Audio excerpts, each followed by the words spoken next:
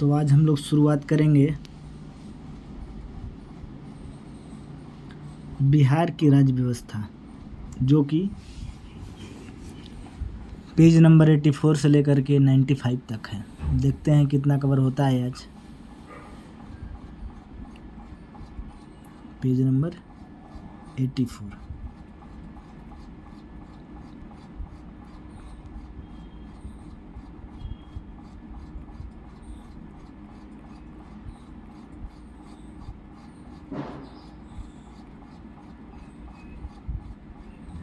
बिहार का एडिटोरिया का current affair है ये। यहाँ हम लोग पहुँच गए हैं।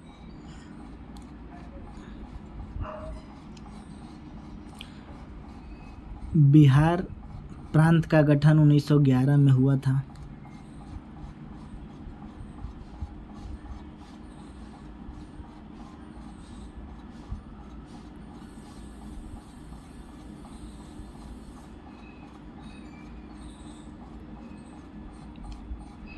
उसके पश्चात 1912 में पृथक बिहार राज्य का गठन हुआ, अलग हो गया उड़ीसा से।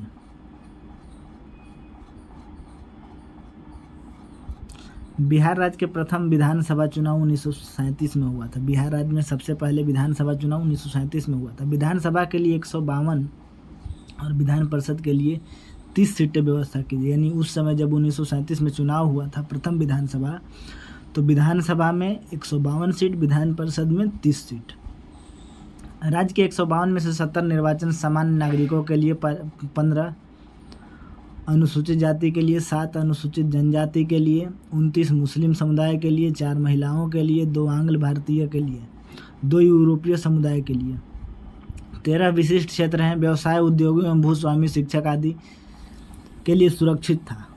13, ठीक है, सबका अलग अलग था।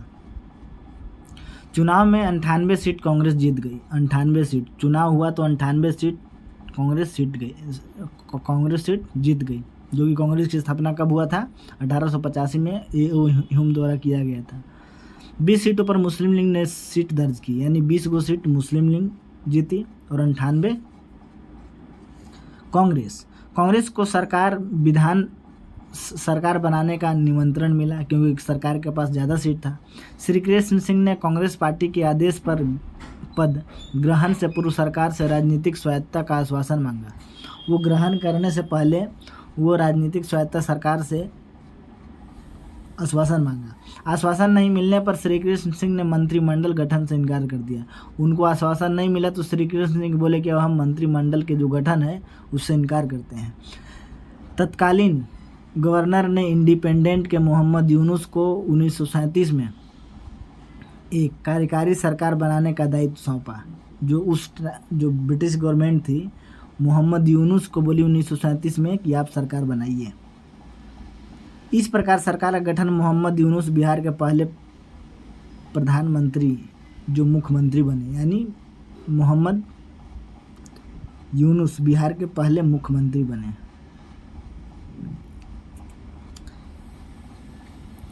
श्री कृष्ण, लेकिन गवर्नर तथा कांग्रेस के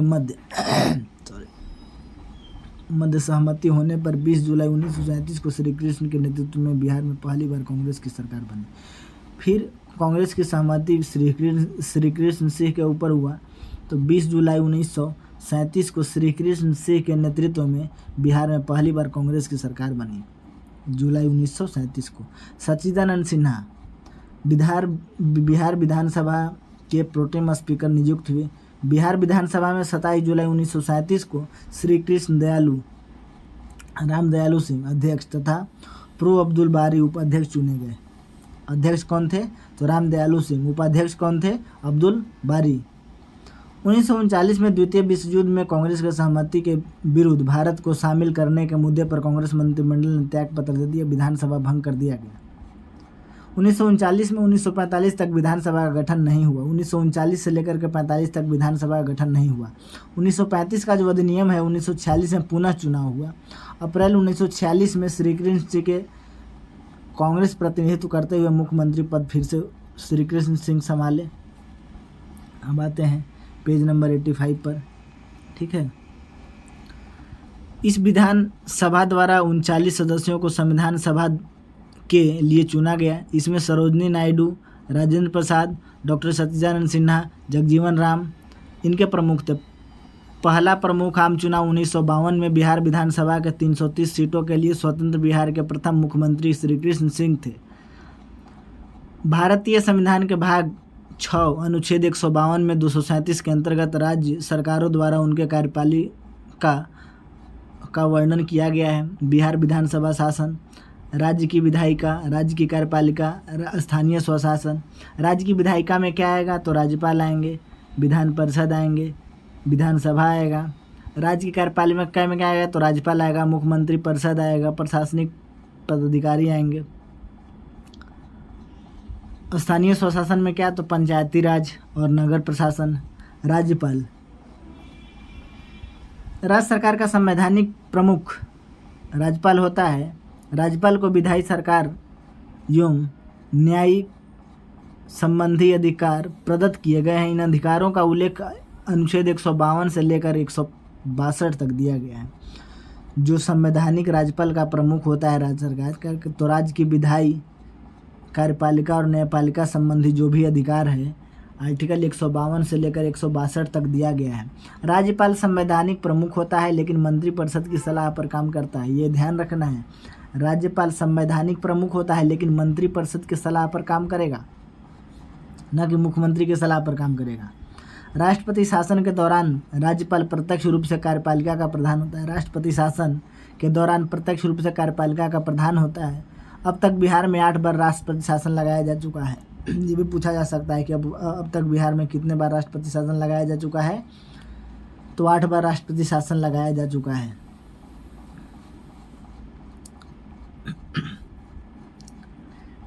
सर जेम्स स्टीफन, ये पहले केवल याद कर लीजिए, ठीक है। फिर इसके बाद राज्यपाल की सूची को यदि हम देखते हैं तो जयराम दास दौलत राम, जो कि 1947 में जब देश आज़ाद हुआ उस टाइम बने थे, ठीक है।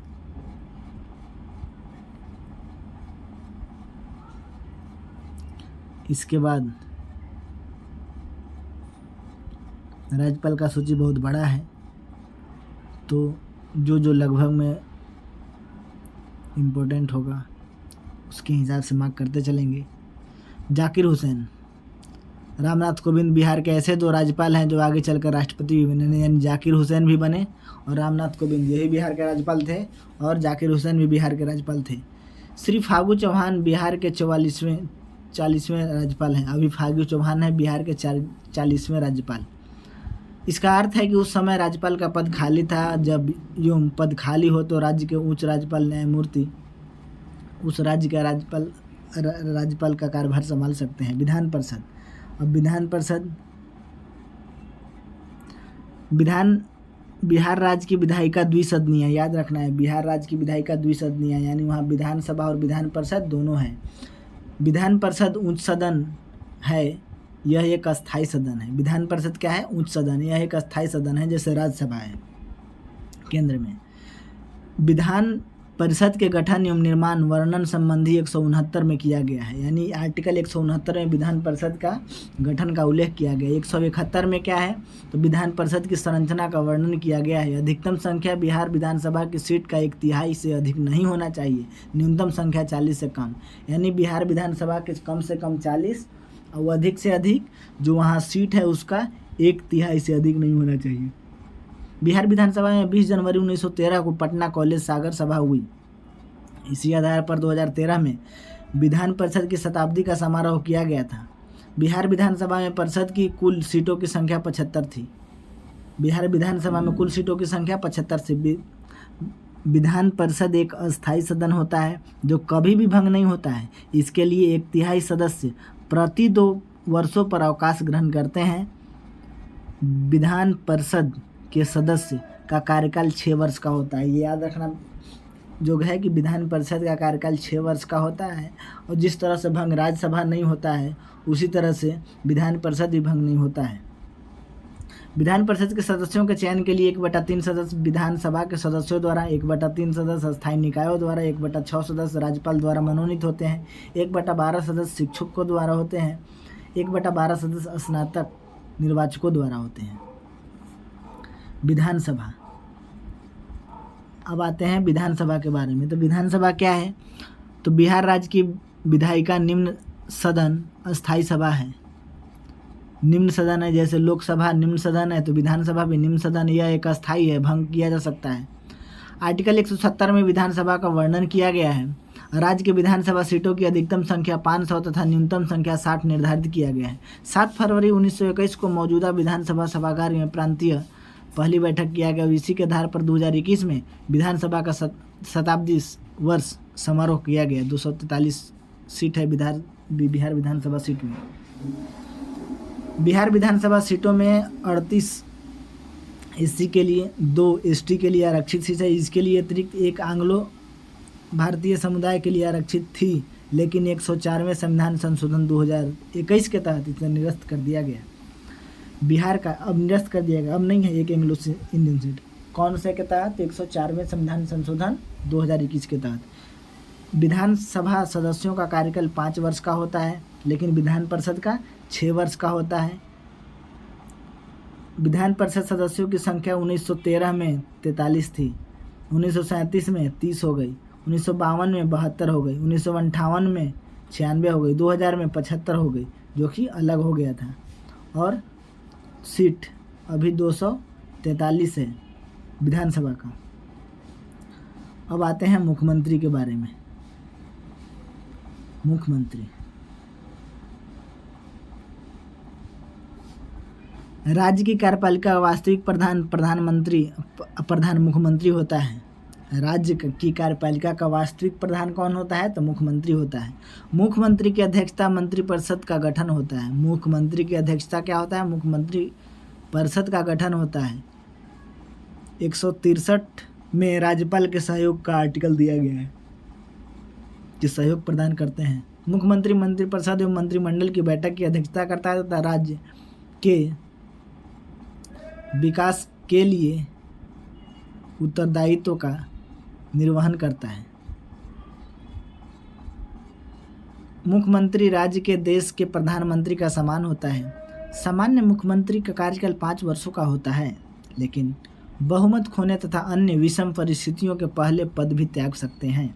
बिहार के मुख्यमंत्री सबसे पहले मोहम्मद यूनुस थे, जो बता रहे थे कि सबसे पहले श्री कृष्ण सिंह को बनाया गया था। वो स्वायत्त करने के लिए आग्रह किए, लेकिन फिर वो सरकार वहाँ के नहीं मानी, तो फिर बोले कि हम तब इससे इनकार करते हैं। तो उस टाइम सबसे पहले मोहम्मद यूनुस को बनाया गया था। इसके बाद श्री कृष्ण सिंह बने, दोबारा भी वही बने थे। और राष्ट्रपति पहली बार राष्ट्रपति लगा था 1968 में, दूसरी बार राष्ट्रपति शासन लगा 1969 में, तीसरी बार राष्ट्रपति शासन लगा 72 में, चौथी बार राष्ट्रपति शासन लगा 77 में, पाँचवीं बार राष्ट्रपति शासन लगा 80 में, छठी बार राष्ट्रपति शासन लगा 95 में, सातवीं बार राष्ट्रपति शासन लगा 99 में, आठवीं बार राष्ट्रपति शासन लगा 2005 में।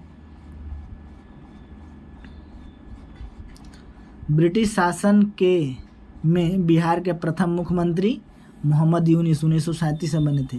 स्वतंत्र बिहार के प्रथम मुख्यमंत्री श्री कृष्ण सिंह।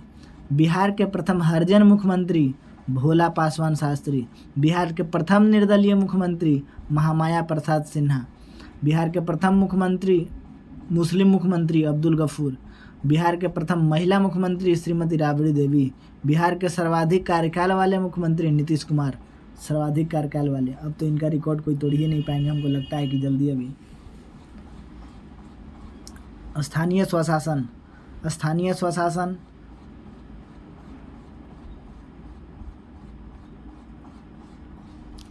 पंचायती राज व्यवस्था। स्वतंत्र उपरांत 1947 के बिहार राज्य की राज्य व्यवस्था के संबंध में अधिनियम बनाया गया। 73वें संशोधन के बिहार के पंचायती राज अधिनियम निर्वाचित किया गया है। बलवंत राय मेहता की सिफारिश के अनुरूप तृतीय व्यवस्था 2001 में कार्यरत है। पंचायती राज व्यवस्था को और अधिक सशक्त बनाने के लिए बिहार पंचायत अधिनियम 2006 लागू किया गया। बिहार पंचायत राज अधिनियम 2006 में मुख्य भूमिका है। ग्राम पंचायत, पंचायत समिति, जिला परिषद होंगे। महिलाओं के लिए सभी स्तरों पर 50% का आरक्षण दिया जाएगा। अब आते हैं पिछले वर्ग कि सभी स्तरों पर अधिकतम 20% आरक्षण होगा। अनुसूचित जाति यानी SC ST के सभी वर्गों की जनसंख्या के अनुपात में आरक्षण दिया जाएगा। SC और ST तथा OBC के लिए सभी स्तरों पर कुल 50% से अधिक आरक्षण नहीं होगा। पंचायती राज निर्वाचन पद धारकों के लिए सेवक का दर्जा प्राप्त होगा। पंचायती राज का चुनाव निर्वाचन आयोग के अधीन होगा। बिहार पंचायती राज 2006 अधिनियम के तहत अधीन ग्राम सभा, ग्राम पंचायत, पंचायत समिति, जिला परिषद की संरचना की विशेषताएं हैं। ग्राम सभा ग्राम पंचायती राज के अधीन सबसे बड़ी सभा एवं ग्राम सभा के सदस्यों के लिए सभी मतदाता सदस्य होंगे। सबसे बड़ी सभा होती है। ग्राम सभा के गांव में सभी मतदाता सदस्य होते हैं। ग्राम सभी के बैठक के लिए 2 बैठकों की बीच का अंतराल 3 माह से अधिक नहीं होगा, यानी एक बैठक का 1 वर्ष में 4 बार बैठक बुलाई जाती है ग्राम सभा में। ग्राम सभा के बैठक का आयोजन मुखिया द्वारा कराया जाता है।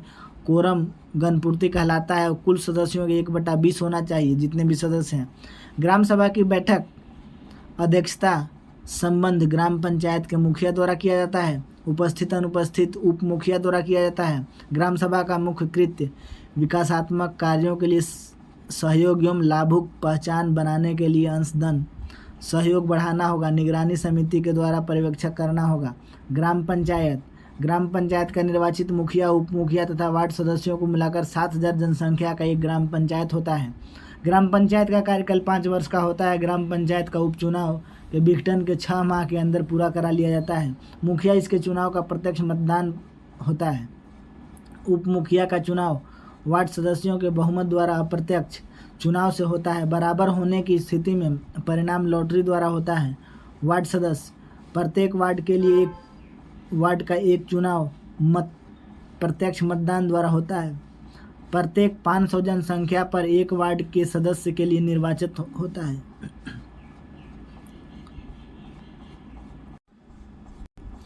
मुखिया उप मुखिया का त्यागपत्र जिला पंचायती पदाधिकारी स्वयं लिख कर देते हैं। ये स्वयं लिख कर देते हैं। वार्ड सदस्य अपना त्यागपत्र स्वयं लिखकर मुखिया को दे सकता है, जिसके 7 दिन बाद पद रिक्त माना जाता है। गणपूर्ति जो आधी 1/2 होती है ग्राम पंचायत के लिए सदस्यों के लिए। ये ग्राम कचहरी प्रत्येक ग्राम पंचायत के क्षेत्र न्यायिक कृतियों के लिए एक ग्राम कचहरी होती है। ग्राम कचहरी का प्रधान सरपंच होता है। प्रत्यक्ष मतदान द्वारा निर्वाचित होता है। ग्राम पंचायत के सभी वार्ड से एक पंच सदस्य प्रत्यक्ष मतदान द्वारा निर्वाचित होता है। निर्वाचित पंच सदस्य एवं सरपंच अपने में से एक उप सरपंच का चुनाव अप्रत्यक्ष मतदान द्वारा करते हैं। प्रत्येक ग्राम कचहरी की सहायता के लिए एक सचिव एवं न्यायमित्र की नियुक्ति की जाती है। सरपंच एवं उप सरपंच अपना त्यागपत्र जिला पंचायती राज पदाधिकारियों को स्वलिखित आवेदन देकर करते हैं। ग्राम कचहरी का कोई पंच अपना त्यागपत्र स्वलिखित आवेदन द्वारा सरपंच को देता है, बिंदास होकर के। अब पंचायत समिति पंचायत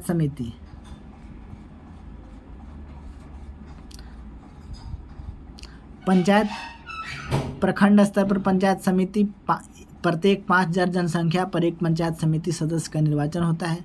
पंचायत समिति सदस्यों का निर्वाचन प्रत्यक्ष रूप से मतदान द्वारा होता है।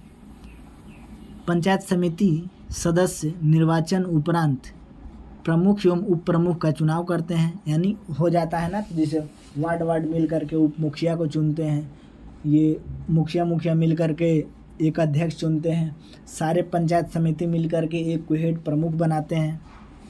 इस तरह से प्रमुख पंचायत समिति की बैठक की अध्यक्षता करते हैं, यानी प्रमुख जो होते हैं पंचायत समिति के हेड होते हैं। प्रमुख अपना त्यागपत्र लिखित रूप से अनुमंडल पदाधिकारी को देते हैं, यानी SDM को देते हैं।